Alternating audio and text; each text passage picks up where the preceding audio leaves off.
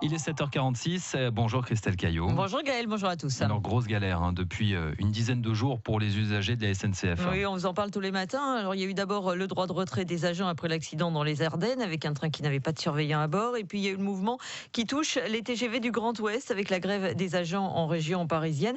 Pour revenir sur ces conflits et plus précisément sur les conséquences des différents aménagements en Sarthe, nous recevons ce matin Jacques Poirodeau, le président de l'association des usagers du TER Le Mans-Alençon.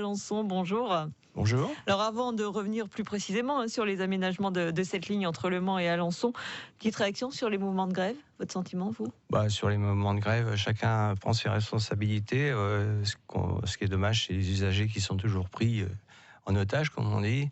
Et donc, ça provoque certaines insatisfactions. Donc, j'espère que tout va rentrer dans l'ordre prochainement de façon à ce qu'il y ait une satisfaction de ce côté-là. La sécurité a été au centre du premier conflit. Vous, sur la ligne Le Mans-Alençon, est-ce que vous diriez que le train est sûr, que cette ligne est sûre ? Oui, elle est sûre, oui, il n'y a pas de problème. Le gros problème, vous faites référence certainement à l'accident qu'il y a eu récemment dans les Ardennes.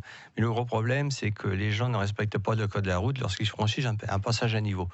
Donc, moi, quelquefois, j'ai été témoin dernièrement. Un autocar, il est passé un PN au rouge. Passage à niveau. Passage à niveau, oui, excusez-moi, un passage à niveau au rouge. Donc voilà, quand ça percute, ça fait mal. Voilà, et ça entraîne des conséquences, disons, pour tout le monde, et des blessés, voire des morts. Alors ça, on est sur les passages à niveau, mais sur la sécurité à proprement parler dans les trains, le fait qu'il n'y ait pas forcément d'agents tout le temps, est-ce que vous le constatez sur cette ligne ou pas ? Il y a toujours un agent, il y a toujours 2 agents à bord des trains sur cette ligne-là. Alors sur certaines lignes, il y a juste le conducteur, il n'y a pas de contrôleur, mais il y a des brigades. Mais la sécurité, elle est assurée sans aucun problème, quoi. Bon, pas de problème de sécurité. En revanche, quelques petits problèmes de vitesse. Elle est toujours ralentie, cette ligne, sur certains tronçons, avec une vitesse limitée à 70 km/h. Les travaux doivent commencer en 2020, vous avez confirmation ? Oui, en 2020, automne 2020, donc dans un an, pour que les trains retrouvent leur vitesse au mois de décembre 2020. Et après, les travaux continueront pour améliorer cette ligne dans les 2 sens. C'est un plus ? Oui, bien sûr, c'est un plus. Comme ça, les gens y retrouveront leurs horaires habituels qu'ils avaient connus avant les ralentissements que l'on connaît aujourd'hui. Et c'est une bonne chose. Jacques Poirodeau, vous êtes le président de l'association des usagers du TER Le Mans-Alençon. Et sur cette ligne, il y a un aménagement qui est très attendu. C'est celui de la halte ferroviaire à l'hôpital du Mans. Où on en est dans ce projet ? Est-ce que vous êtes associé avec la SNCF, avec Réseau Ferré de France là-dessus ? Ah oui, bien sûr, j'ai des contacts à ce niveau-là. Aussi avec le Mans Métropole, parce que le Mans Métropole aussi est concerné par cet arrêt, qui est très attendu. Donc l'ouverture sera en septembre de 2023 et entre Le Mans et Alençon, dans les 2 sens, il y aura 16 arrêts.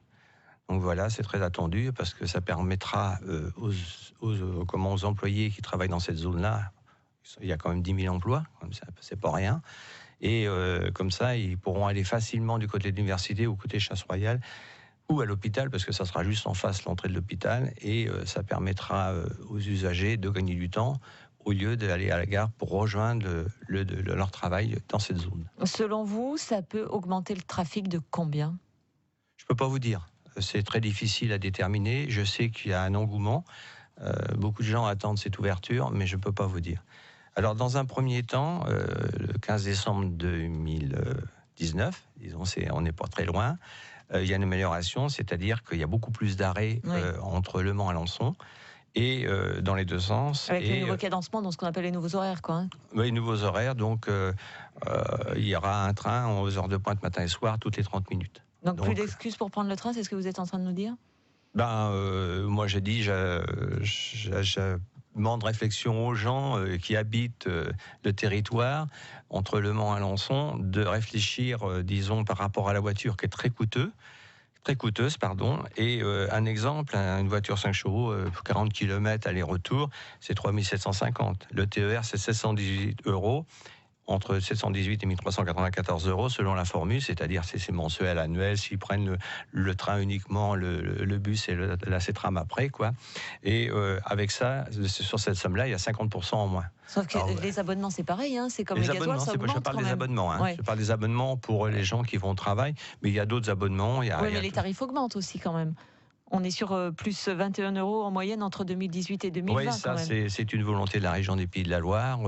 Ils voulaient rééquilibrer tout ça et ils ont fait bénéficier aussi les occasionnels par l'intermédiaire aussi de certains abonnements. Par exemple, Tutti, vous pouvez bénéficier de certaines réductions pour la famille pendant le week-end.